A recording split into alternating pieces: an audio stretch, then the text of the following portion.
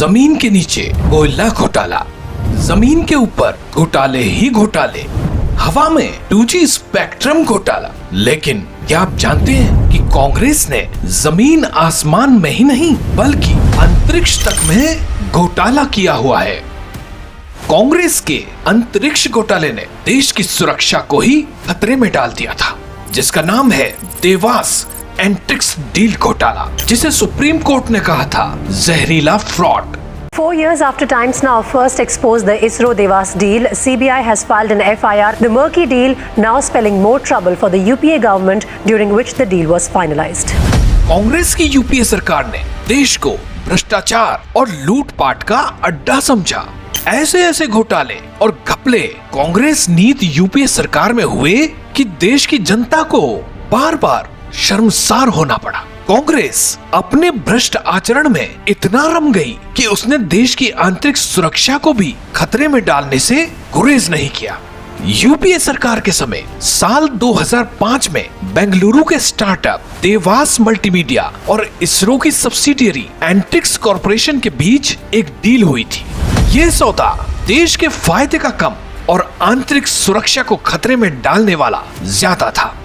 यानी ये सौदा देश के साथ एक बहुत बड़ी धोखाधड़ी थी।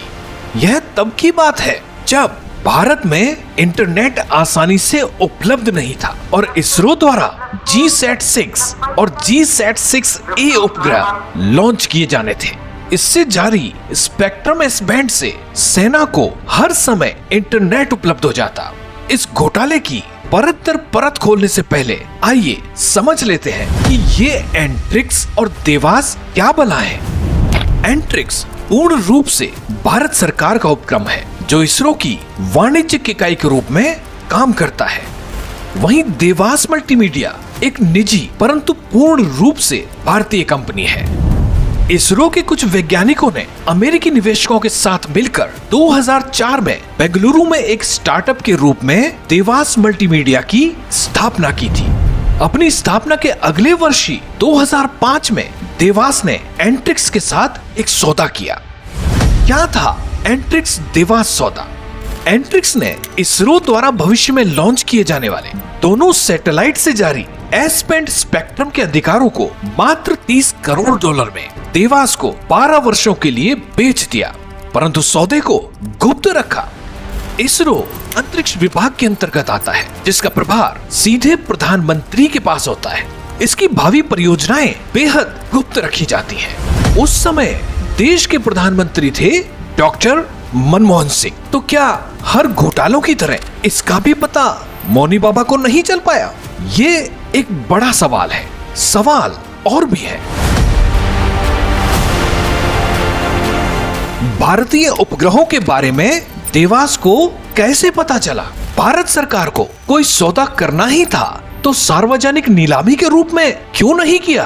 देवास मल्टीमीडिया के साथ पूरी जांच परख किए बिना ही डील क्यों की गई? देवास मल्टीमीडिया के फर्जीवाड़े को समझने में सरकार को 2005 से लेकर 2011 तक का लंबा समय लगा। देवास के फर्जीवाड़े का पता चला और डील रद्द की गई। लेकिन मनमोहन सरकार देवास के खिलाफ नेशनल कंपनी लॉ ट्रिब्यूनल में क्यों नहीं गई? देश की सुरक्षा और देशवासियों के साथ की गई इस धोखाधड़ी का नुकसान आज देश भुगत रहा है। भ्रष्टाचार के आरोपों में डूबा हुआ यह सौदा रद्द होने के बाद देवास की तरफ से शुरू की गई मध्यस्थता कार्यवाही से निपटने की कोशिश भी यूपीए सरकार ने नहीं की। सौदा रद्द होने के बाद देवास ने 3 मध्यस्थता मुकदमे दायर किए और उन सभी को जीत लिया, जिसने भारत को हर्जाने में कुल $1.29 बिलियन का भुगतान करने का आदेश दिया। निजी कंपनी ने इस हर्जाने की वसूली के लिए विदेशी न्यायालयों में भारतीय संपत्तियों को जब्त करने का अनुरोध दायर किया। कांग्रेस के भ्रष्टाचार और लूट की भूख की कीमत देश को चुकानी पड़ी। विदेशों में कुछ भारतीय संपत्तियां जब्त की गई। मोदी सरकार ने करदाताओं के पैसे बचाने की लड़ाई को तेज किया और इसमें उन्हें जीत भी मिली। नेशनल कंपनी लॉ ट्रिब्यूनल ने देवास को बंद करने का आदेश दिया। इस फैसले को national company law appellate tribunal ने भी बरकरार रखा। सुप्रीम कोर्ट ने इस डील को धोखाधड़ी बताया। भारत की राष्ट्रीय सुरक्षा से खिलवाड़ करते हुए ये डील की गई थी और अब कांग्रेस को बताना है कि उसने इस तरह का धोखा देश की जनता के साथ क्यों किया था।